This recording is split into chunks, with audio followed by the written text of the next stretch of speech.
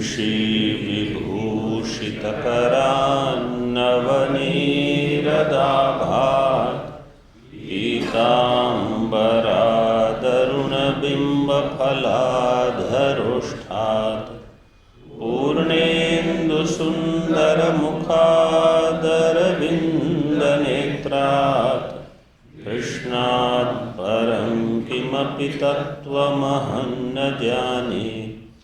शङ्करं शङ्कराचार्यं केशवं बादरायणं सूत्रभाष्यकृतौ वन्दे भगवन्तौ पुनः पुनः।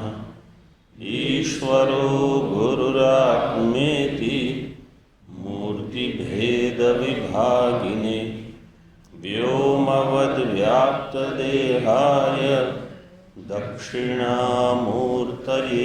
नमः।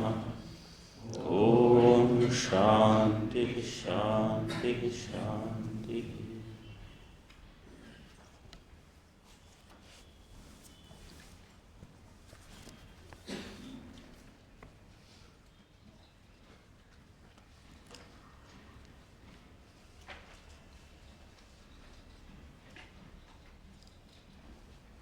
पैंतीसवें श्लोक का पाठ करेंगे। संजय उवाच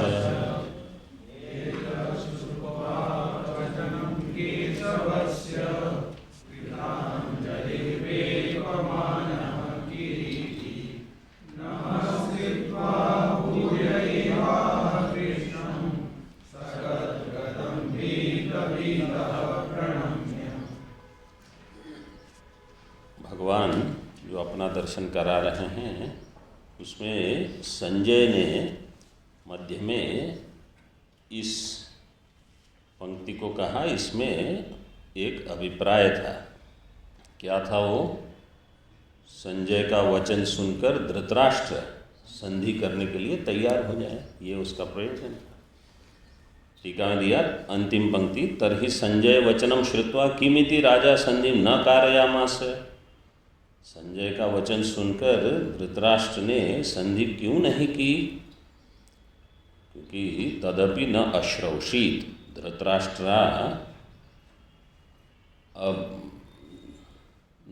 धृतराष्ट्रो भवितव्य वशात, क्योंकि जो विनाश होने वाला था उसके वश में होकर विनाश काले विपरीत बुद्धि कहते हैं। तो जो सुनना था उसका भी श्रवण नहीं किया। संधि न कारयामास, कारयामास में अय किस सूत्र से आएगा?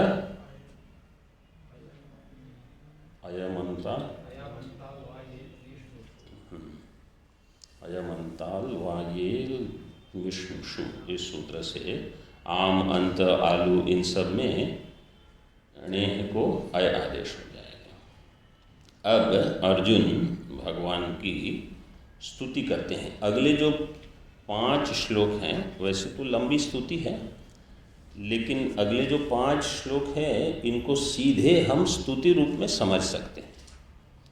जैसे हम महिम्न पाठ करते हैं वो भी भगवान की स्तुति है सीधे, तो ऐसा हम समझ सकते हैं। मतलब भाव ये होना चाहिए कि ईश्वर प्रभु हमारे सामने साक्षात है और हम उनकी स्तुति कर रहे हैं। ये अगले 5 श्लोक ऐसे हैं। ये भाव बनता रहे, उसी को कहा जाता है भक्ति अथवा उपासना। टीका, किं तदर्जुनो भगवन्तं प्रति सगद्गदं वचनम उक्तवान इति तदाह। वह अर्जुन भगवान के प्रति सगद्गदम भीत भीतम प्रणम्य कहा पूर्व श्लोक में। तो गदगद होकर अर्जुन ने किस वचन को कहा? किम वचनम उक्तवान। उक्तवान अर्जुन, लेकिन उक्तवान में उक्तवत शब्द से दीर्घ कैसे हो जाएगा?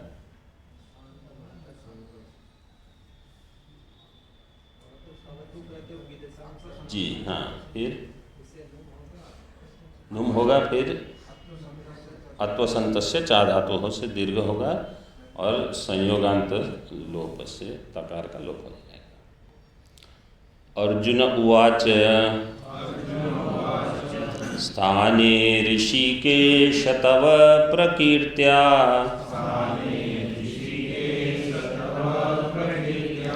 जगत्प्रहृष्यत्यनुरज्यते च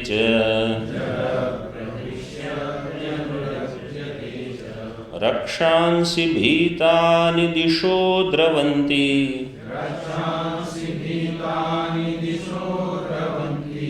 सर्वे नमस्यन्ति च सिद्धसङ्घाः।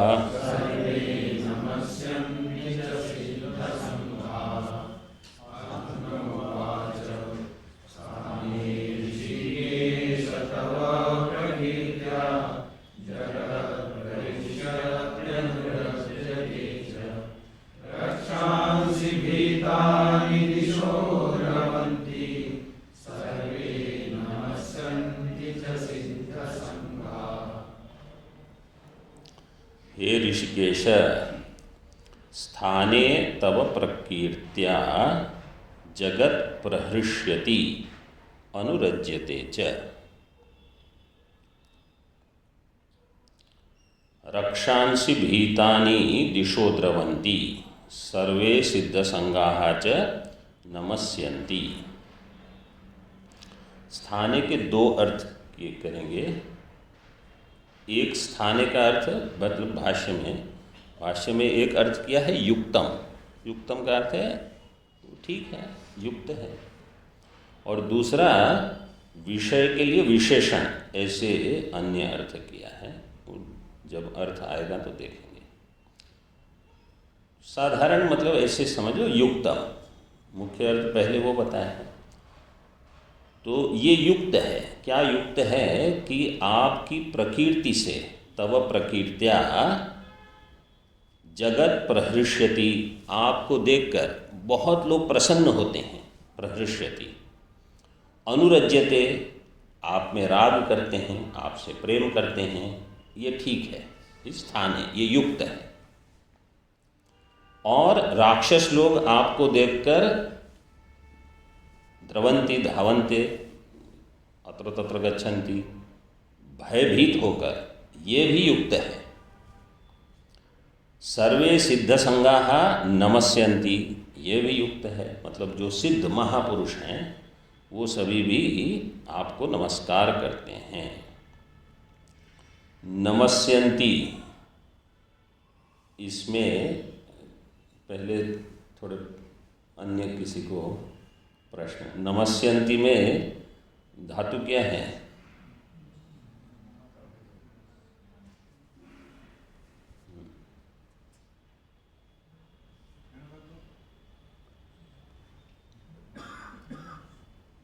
क्या कहा? ईण्डतो।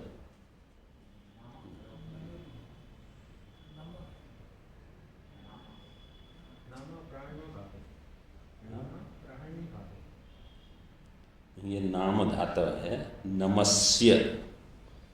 इसमें सूत्र लगेगा नमो वरिवश चित्रंगः क्यच। नमस वरिवस और चित्र, इसमें क्यच प्रत्यय लग के ये नाम धातु बने तो नमस्य ही धातु हो गई। अब वहाँ नमस्यन्ति जैसे साधारण बनाते हैं। नमो वरिवश चित्रंगः क्यच, ये सूत्र है।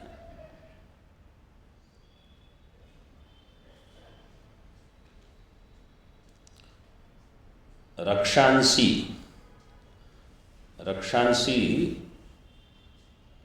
रक्ष धातु जो है वो राक्षस के लिए नहीं है। रक्ष धातु का अर्थ क्या है? पालन करना, रक्ष पालन है। जैसे हम कहते हैं हे प्रभु माम रक्ष, तो रक्ष से राक्षस कैसे बुद्धि में प्रकट होते हैं? क्योंकि यहाँ रक्षांसी भीतानि, इसमें मतलब सृष्टि के आदि में ऐसा बताया था कि जब ये राक्षस प्रजा उत्पन्न, मतलब एक प्रकार के जीवों की उत्पत्ति हुई, वो इनको जो अन्य जीव थे उनको खाने के लिए दौड़े। तो जो दौड़ रहे थे, मतलब उनसे बचने के लिए, उन्होंने कहा रक्ष रक्ष, ईश्वर हमको इनसे बचाओ। तो इनका नाम हो गया राक्षस। ऐसे भागवत जी में ऐसे वर्णन हुआ है, क्योंकि जिनसे हम भाग रहे हैं, मतलब ये नहीं तो हमको खा जाएंगे, इसलिए रक्ष। तो रक्ष पालने, फिर आगे रक्षस शब्द असुन प्रत्यय लग के नपुंसकस्य जलचः, इससे नुम हो जाएगा, और फिर शांतमहत संयोगस्य रक्षांसी, इकार, तो रक्षांसी बनेगा। रक्षांसी भीतानि, ये सारे राक्षस। दिशो द्रवंती सर्वे नमस्यन्ति च सिद्ध संगाः। टीका में देखिए, पहले भाष्य देखिए। स्थाने, स्थाने का अर्थ है युक्तम, युक्तम ही तत्, ये युक्त ही है। क्या? तव प्रकीर्त्या तवन माहात्म्य कीर्तनेन श्रुतेन हे ऋषिकेश यत् जगत् प्रहृष्यति प्रहर्षम उपैति तत्स्थाने युक्तम इत्यर्थ है कि आपकी इस महान कीर्ति से, महात्म्य कीर्तनेन श्रुतेन, हे ऋषिकेश यत् जगत् प्रहृष्यति, यह जगत जो प्रसन्न होता है, प्रहर्षम उपैति। उपैति मतलब इसका उच्चारण ठीक ठीक हो। कहीं कहीं जहाँ दो मात्रा होती है, अगर ठीक से नहीं उच्चारण करके उपेति अगर बोल दिया तो उपैति में तो एति रहे, और उपेति कह दिया तो इति हो जाएगा, तो अर्थ स्फुरण नहीं होगा। प्रहर्षम उपैति तत्स्थाने, वह स्थाने है, वह युक्तम है। टीका में और भाष्य में पहले, अथवा विषय विशेषणम स्थाने इति, अथवा यह विषय विशेषण है, विषय का विशेषण होगा। कैसे? विषय विशेषणत्वम एव व्यनक्ति, इस विषय विशेषण को थोड़ा स्पष्ट करके बताते हैं। व्यनक्ति में अंजु धातु है, व्यक्ति मृक्षण कांति गतिषु, इसमें रुधादिभ्यः श्नम, इससे होकर फिर स्नान न लोप है, तो दो नकार हो जाएंगे। एक नकार का जो अर्ध नकार है उसका लोप हो जाएगा, तो फिर अ न ज और ती प्रत्यय लगेगा। फिर जकार का पहले हो जाएगा गकार, किस सूत्र से? चोहकूह से, और फिर गकार का क खरीच से अनक्ति, वी अनक्ति, व्यनक्ति, उसी को स्पष्ट करके बताते हैं। अथवा विषय विशेषणम स्थाने इति युक्तो हर्षादि विषयो भगवान, हर्षादि का जो विषय है वो है भगवान, हर्ष का अथवा भय का। कोई भगवान को देखकर हर्षित होता है, कोई भगवान को देखकर भयभीत होता है, तो ये युक्त है। हर्षादि विषयो भगवान युक्त है। क्यों? टीका में देखिए, भगवतो हर्षादि विषयत्वम युक्तम इति अत्र हेतुम आह। भगवान हर्षादि का विषय है, उसके लिए हेतु क्या है? यतः ईश्वरः, यत ईश्वरः सर्वात्मा सर्वभूत सुहृच्च इति। ईश्वर सर्वात्मा है, इसलिए हर्षादि का विषय है। पंक्ति तो ये हो गई, ईश्वर सर्वात्मा है इसलिए हर्षादि का विषय हुआ। ईश्वर सर्वात्मा है, इसलिए हर्षादि का विषय कैसे होगा? क्योंकि हमारी मतलब हम आत्मस्वरूप, आत्मा में सबसे अधिक हमारा प्रेम रहता है। कैसे श्रुति से सिद्ध हुआ है ये? नवारे सर्वस्य कामाय सर्वं प्रियम भवति, आत्मनस्तु कामाय सर्वं प्रियम भवति। आत्मा के लिए ही अन्य वस्तु प्रिय होती है। तत्प्रेम आत्मार्थम अन्यत्र नैवम अन्यार्थम आत्मनि, पंचदशी में कहा। जो प्रेम आत्मा में है वो अन्य के लिए नहीं है, लेकिन जो प्रेम अन्य में है वो आत्मा के लिए ही है। मतलब कोई भी चीज़ को अगर हम प्रेम करते हैं वो इसलिए कि मैं अपने आप को चाहता हूँ, तो आत्मा सबसे अधिक प्रेम का आश्रय है अथवा विषय है। सबसे अधिक प्रेम वही है। मान भुवम ही भूयासम इति प्रेम आत्मनि ईक्ष्यते। आत्मा में प्रेम कैसे दिखाता है? मान भुवम, मैं कभी न हूँ ऐसा न हो, लेकिन भूयासम, मैं सर्वदा रहूँ। ये पंचदशी का बहुत प्रसिद्ध है। वास्तव में ये पंक्ति पंचदशी की नहीं है, मतलब वाक्यवृत्ति में भगवान भाष्यकार ने पहले दी है, लेकिन पंचदशी जितनी प्रसिद्ध हुई इतने अन्य ग्रंथ प्रसिद्ध नहीं हुए।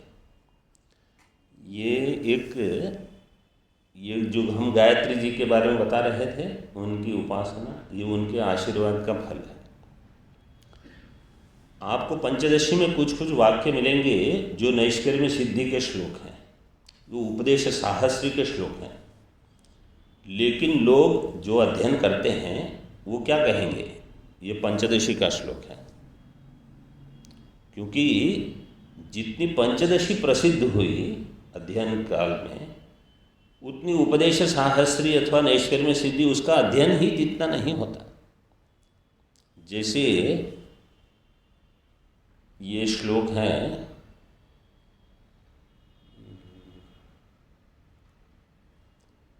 देहात्म भाव यद ज्ञानम देहात्म ज्ञान बाधकम आत्मन्येव भवेद यस्य स नेच्छन अपि मुच्यते। जिसको जैसे देह में आत्मज्ञान होता है, आत्मभाव बनता है कि मैं देह हूँ, मैं मनुष्य हूँ, पुरुष हूँ, ऐसी बुद्धि अगर किसी को ब्रह्म में हो जाए और अगर वो इच्छा करे कि मुझे मोक्ष नहीं चाहिए, फिर भी उनको मोक्ष मिल जाएगा। सह नेच्छन अपि मुच्यते। आप इच्छा नहीं करो तो भी मोक्ष हो जाएगा। ये श्लोक वास्तव में उपदेश साहस्री का है, भगवान का है, भाष्यकार। लेकिन प्रसिद्धि क्योंकि पंचदशी का अध्ययन अधिक हुआ, तो सभी यही कहेंगे कि ये विद्यारण्य स्वामी जी का श्लोक है। उसमें कोई गलत नहीं है, वो तो गुरु का जो है वो शिष्य ले सकते हैं। अच्छा ठीक है, तो पंचदशी में जो मान भुवम हि भूयासम ये है, वो वास्तव में वो भी वाक्यवृत्ति में दिया है आचार्य ने। तो इसलिए ईश्वर सर्वात्मा होने से हर्षादि विषयत्वम ईश्वर में युक्त है।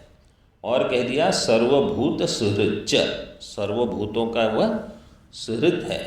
इस गीता में ही पहले भगवान ने बताया कि मैं सुहृद हूँ सबका। कौन से अध्याय में कहा? पंचम अध्याय में।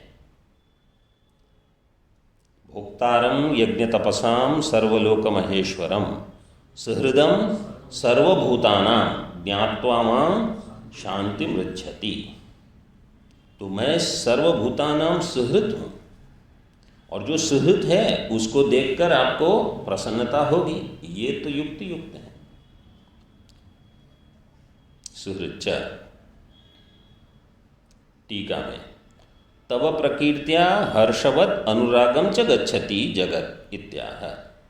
और आपकी इस महात्म्य की कीर्ति से जैसे हर्ष होता है ऐसे अनुराग भी होता है जगत में। तथा अनुरज्यते अनुरागम च उपैति।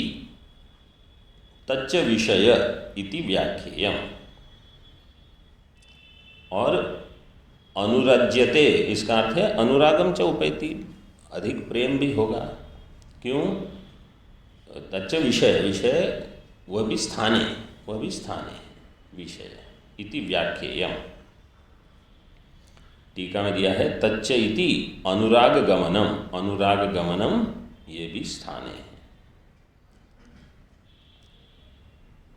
रक्षःसु, टीका में रक्षःसु जगत एकदेश भूतेषु प्रतिपक्षेषु कुतो जगतो भगवती हर्षानुरागौ इत्याशंक्य आह।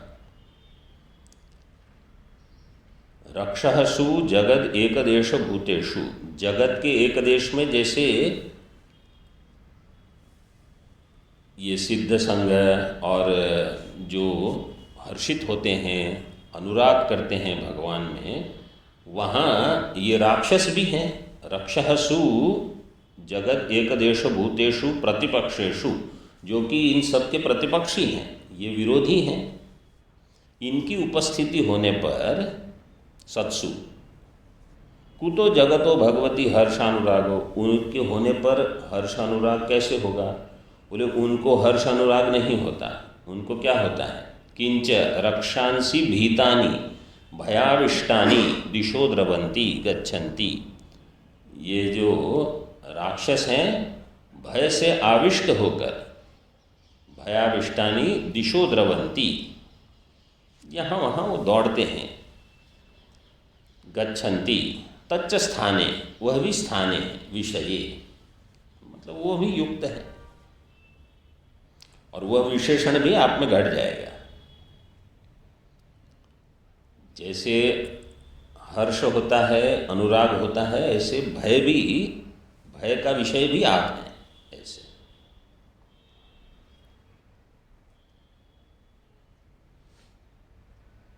इतश्च जगतो भगवती हर्षादि युक्तम, इस कारण से भी भगवान में जगत को हर्ष आदि होते हैं, ये युक्त है। किस कारण से?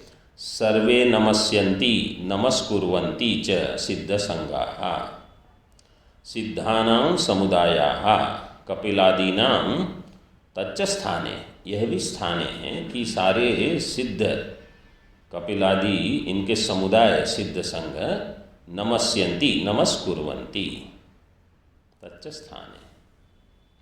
श्लोक बोल लीजिए।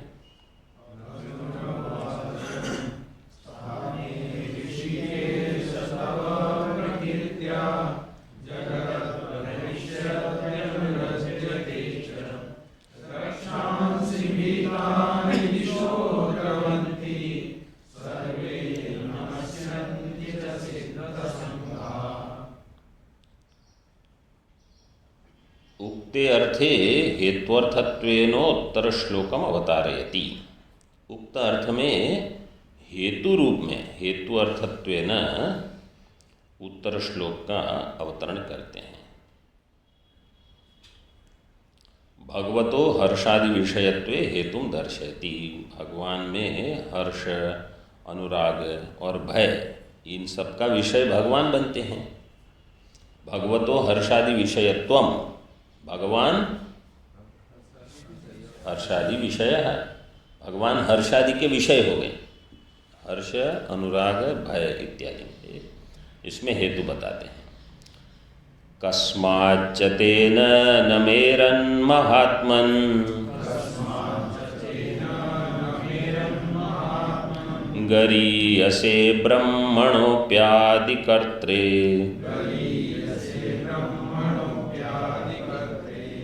अनंतदेवेश जगन्निवास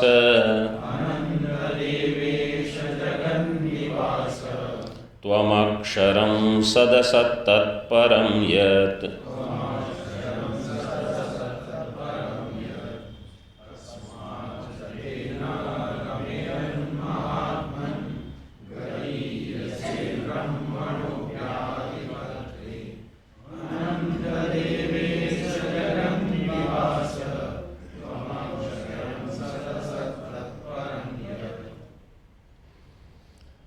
हे महात्मन, ब्रह्मणो अपि आदिकर्त्रे गरीयसे कस्मात् च ते न नमेरन्। हे अनंत, हे देवेश, हे जगन्निवास, यत् सत् असत् तत्परम अक्षरम त्वम त्वमसि। यत् सत् असत् तत्परम अक्षरम त्वम, यह आप हो।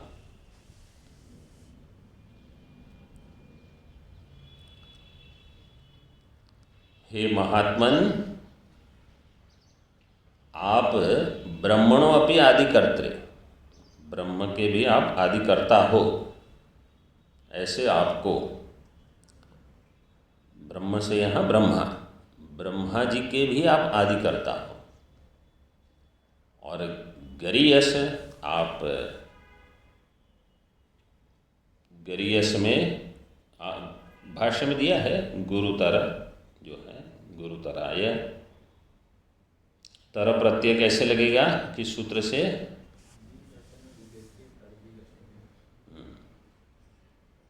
वहाँ कोई बोल सकता है यही द्विवचन, द्विवचन विभज्य पपदे तरबीय सुनाओ। और अगर तमप होगा अतिशायने तमविष्ठनौ। आप यहाँ दिया है गुरुतर, लेकिन आप गुरुतम ही हो, भगवान से अधिक तो और क्या है, कुछ नहीं। कस्माच्च ते न नमेरन, नमेरन ये छांदस प्रयोग है, क्योंकि नम धातु परस्मय पद है तो नमेयु होना चाहिए। लेकिन गीता में बहुत ऐसे छांदस प्रयोग भी मिल जाएंगे, स्वीकार कर लेना। आप अनंत हो, देवेश जगन्निवास हो, और जो सत असत से परे है ऐसे अक्षर आप हो। उसको भाष्य में जब आएगा तो विस्तार करके देखेंगे। टीका में देखिए, महात्मत्वम, आगे क्या पाठ है? अक्षुद्र चेतसस्त्वम नहीं बनेगा, चेतस्त्वम हो जाएगा। एक सकार है, वो जो पूर्ण सकार है उसको काट देंगे। महात्मत्वम अक्षुद्र चेतस्त्वम, ऐसे। महात्मा का अर्थ, हम सभी को ये पद मिलता है, हम सब महात्मा कहे जाते हैं। महात्मा का अर्थ क्या है कि जिनका चित्त अक्षुद्र हो। क्षुद्र का अर्थ है बहुत ही अल्प, अल्प हृदय न हो, हमारे मन में ऐसा भाव न हो कि छोटा ही, कि मैं, मेरा ये 2-4 लोग बस, पूरा ब्रह्मांड ही हमारा है। तो कहीं कम चीज में, परिच्छिन्न में तादात्म्य हो जाएगा तो दुख के सिवा और कुछ नहीं प्राप्त होगा। ये हमेशा याद रखना है। परिच्छिन्न में जहाँ अधिक तादात्म्य हो जाता है, अहंता ममता, वो केवल दुख मिलता है।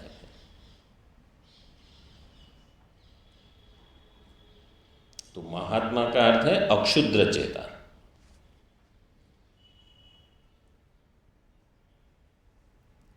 भाष्य में देखिए,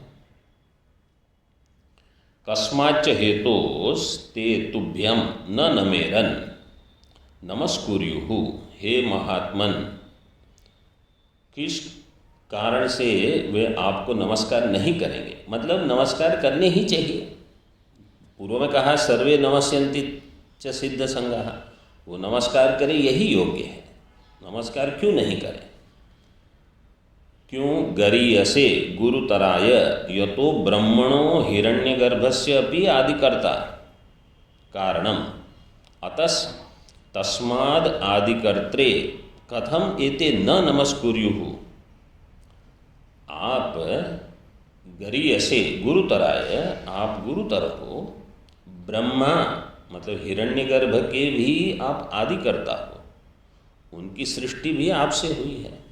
हिरण्यगर्भस्यापि आदिकर्ता कारणम अतस तस्मात् आदिकर्त्रे कथम एते न नमस्कुर्युः, तो फिर आपको ये नमस्कार क्यों न करें। मतलब प्रश्न नहीं है, ये आक्षेप ही है कि करना ही चाहिए, करना ही योग्य है।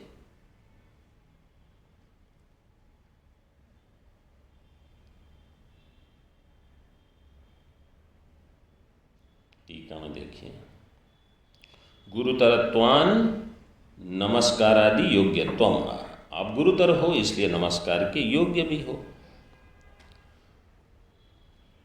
तत्रैव हेत्वंतरम आह यतः इति, यतो ब्रह्मणो हिरण्यगर्भस्यापि आदिकर्ता, हिरण्यगर्भ के भी आदिकर्ता।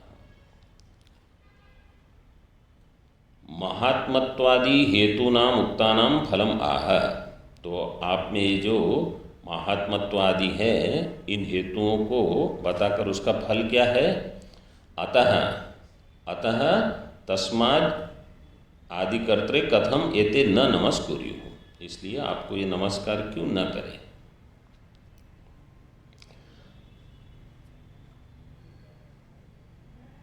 अतो आगे देखिए भाष्य में, हर्षादीनां नमस्काराय च स्थानम त्वम अर्हो विषय इत्यर्थः।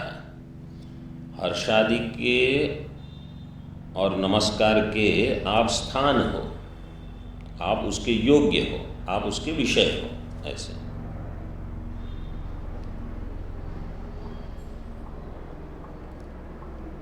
ये जैसे रामायण में ये प्रसंग आता है कि भगवान रामचंद्र जी को जब समुद्र का उल्लंघन करना है तो भगवान रामचंद्र जी कहते हैं कि इतनी सारी वानर सेना है, सब तो कैसे जाएगी। तो समुद्र देवता को हम उनकी कुछ स्तुति करेंगे, वो आएंगे, हमको कुछ मार्ग देंगे, तो सभी वानर फिर जा सकते हैं। तो भगवान ने कहा हमें 3 दिन हम अन्न जल के बिना उपवास रखेंगे और एक स्थान पर बैठकर उनका अनुसंधान करेंगे। ऐसे अब देखो कौन सोच रहा है। समुद्र आदि देवता तो उनके सामने क्या है, कुछ नहीं है, लेकिन भगवान ने कहा कि हम ये अनुसंधान करेंगे। जो 2 दिन समाप्त हो गए, कुछ नहीं हुआ। तीसरा दिन चल रहा था, लक्ष्मण जी ने कहा प्रभु एक बाण से मैं पूरे समुद्र को सुखा दूंगा, आपकी क्या इसकी आवश्यकता, कि आप भगवान हो, ये देवता बिल्कुल क्षुद्र हैं, इनकी क्या ताकत है, समुद्र को हम सुखा देंगे।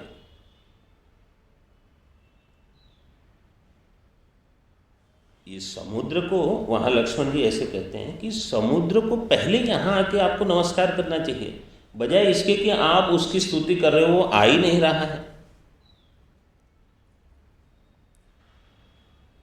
भगवान ने कहा वही होगा जब तक, लेकिन हम उनको अवसर दे देते हैं, क्योंकि फिर ये न कहे कि प्रभु आप हमको केवल दंड देते हो। तो जहाँ आप देखिए, हमको जब दंड मिलता है उसके पहले एक अवसर दिया जाता है कि आप सुधर जाओ।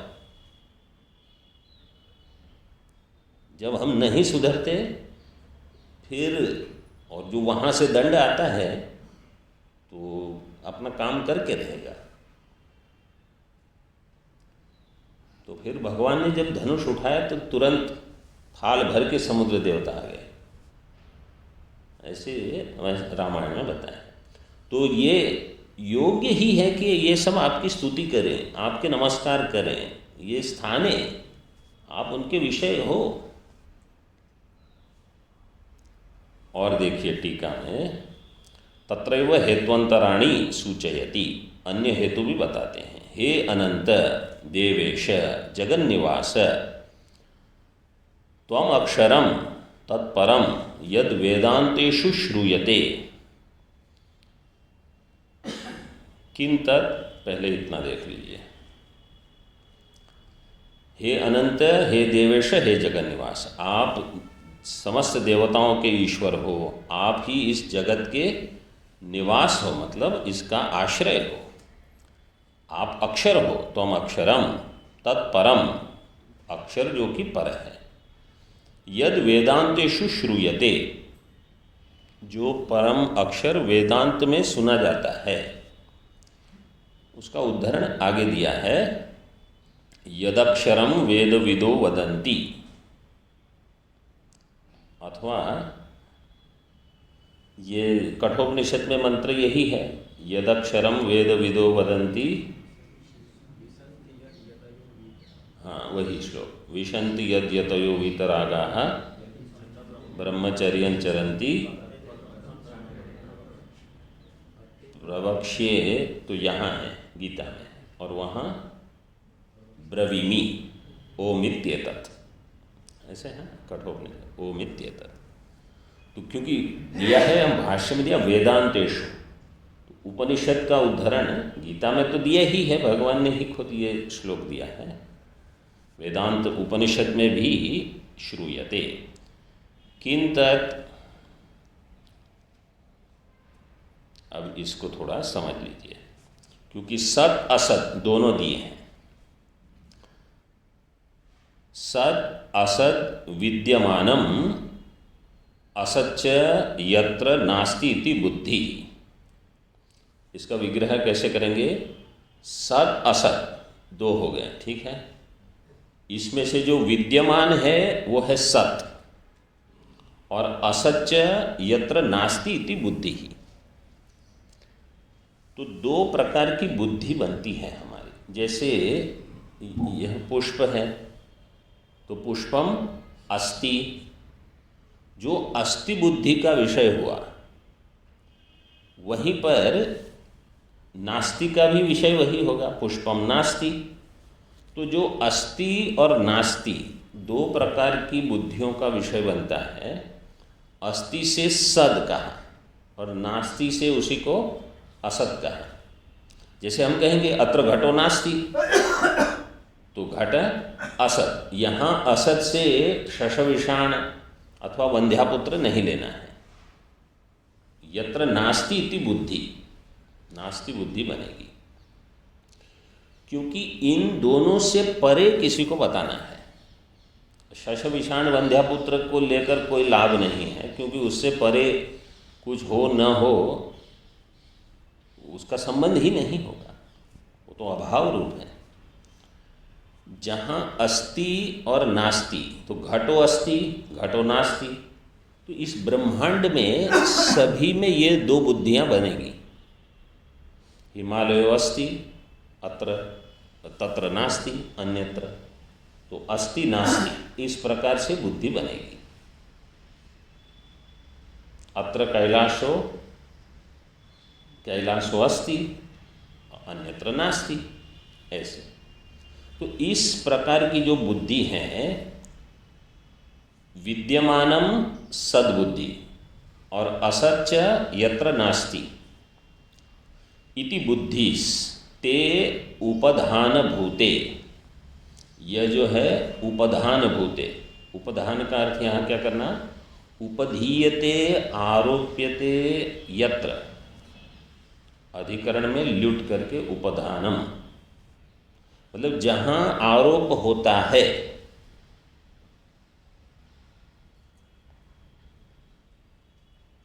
तो सद्बुद्धि और असद्बुद्धि ये दो किसी विषय के बारे में बनती हैं। उपधीयते आरोप्यते यत्र,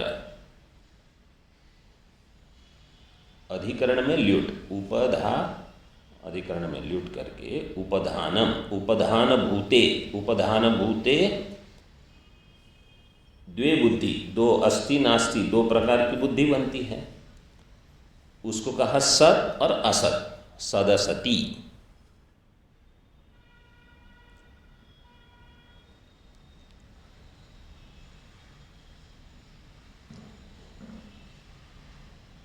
यस्य अक्षरस्य,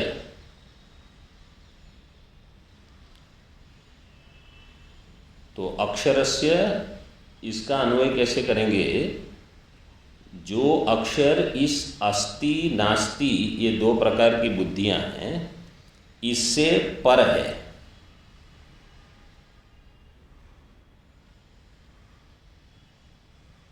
टीका में देखो स्पष्ट करते हैं,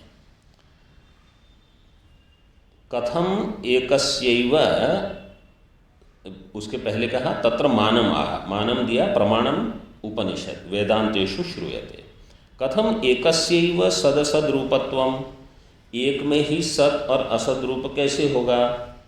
तत्र आह ते इति, ते उपधान भूते सदसति, तो दो प्रकार की बुद्धियां बनेगी, सत और असत। कथम, आगे टीका में, सत असतो सतो असतश्च अक्षरम प्रति उपाधित्वम तद आह यद्वारेण सत असत इति उपचर्यते, जिसके द्वारा सत और असत का उपचार होता है। मतलब पुष्पम अस्ति जब हम कहेंगे तो वास्तव में अस धातु तो सत्यम ज्ञानम अनंतम ब्रह्म के लिए है, जो वास्तव में है उसी का उपचार हम इस रूप में करेंगे कि किसी का हम अस्ति रूप से व्यवहार करेंगे और किसी का नास्ति रूप से व्यवहार होगा। तो इसलिए टीका में कहा सतः असतश्च अक्षरम प्रति उपाधित्वम कथम, तो कहा कि यद्वारेण, जिसके द्वारा सद असद इति उपचर्यते, तो परमार्थतः क्या है? तत्परम यत् इति एतद् व्याचष्टे, आप उससे भी परे हो। तत्परम, परम क्या है? परमार्थतस्तु सद असतः परम, परमार्थतः जो सत और असत से पर है। सत यहाँ क्या लेना है? अस्ति बुद्धि का विषय। असत से क्या लेंगे? नास्ति बुद्धि का विषय। जो अस्ति नास्ति के बुद्धि के विषय बनते हैं, तो क्या क्या अस्ति नास्ति के विषय बनेंगे? पूरा ब्रह्मांड बन जाएगा। धर्मो अस्ति धर्मो नास्ति, स्वर्गम अस्ति स्वर्गम न, तो कोई चीज नहीं रहेगी जो अस्ति नास्ति बुद्धि में न आ जाए। इनसे परे यहाँ इस प्रकार से विभाग किया, जिसे कहीं अन्यत्र सत असत से पर जब विभाग किया जाता है तो सत से क्या लेंगे? मूर्त द्रव्य लेते हैं, और असत से अमूर्त। तो पृथ्वी जल तेज को सत करते हैं और वायु आकाश को असत। असत क्योंकि वो इंद्रिय से प्रत्यक्ष नहीं है। जैसे लगभग हम चक्षुर इंद्रिय को ही प्रमाण मान लेते हैं, जो देखा मैंने वो ठीक है। तो पृथ्वी जल तेज में चक्षुर इंद्रिय से रूप ग्रहण हो जाएगा, और वायु आकाश में नहीं होता, इसलिए उसको असत कहकर सत असत से परे ऐसे भी विभाग अन्यत्र करते हैं। लेकिन यहाँ भाष्यकार ने अस्ति नास्ति से परे ऐसे भी विभाग किया। जब आगे आएगा त्रयोदश अध्याय में, येयम यत्तत् प्रवक्ष्यामि यज्ञात्वा मृतमश्नुते अनादि मत परम ब्रह्म न सत तन्ना सत उच्यते, वहाँ अलग प्रकार से विभाग करेंगे। अर्थ एक ही है कि ब्रह्म बुद्धि का विषय नहीं बनेगा, चाहे आप ऐसे बताओ चाहे वैसे बताओ, सबसे परे है। परमार्थतस्तु सदसतः परम तत् यद अक्षरम वेद विदो वदन्ति तत्त्वमेव तत्त्वमेव, इसका अर्थ ये है तत्त्वमेव तत्त्वमेव, वही आपको जो उपनिषद कहते हैं कि जिसके लिए, जिसको अक्षर वेद विदः यद अक्षरम वदन्ति, जो वेद को जानने वाले जिसको अक्षर कहते हैं, यद अक्षरम वेद विदो वदन्ति विशन्ति यद्यतयो वीतरागा, जो वीतराग साधक जिसमें प्रवेश करते हैं, मतलब जिससे अपने आप को एक जानते हैं, वीतराग भय क्रोधैहि, ऐसे जो मुनि हैं वेद पारगई, ऐसे और यदिच्छन्तो ब्रह्मचर्यं चरन्ति, जिसकी इच्छा करके ब्रह्मचर्य और गुरुकुलवास होता है, वही आपको बहुत जल्दी अर्जुन को समझ में आ गया। जितनी जल्दी हमको ये समझ में आ जाए कि परमात्मा ही वह है, अन्य कोई बुद्धि न बने, तत्त्वमेव न अन्य इति अभिप्रायः। श्लोक का पाठ कर लीजिए।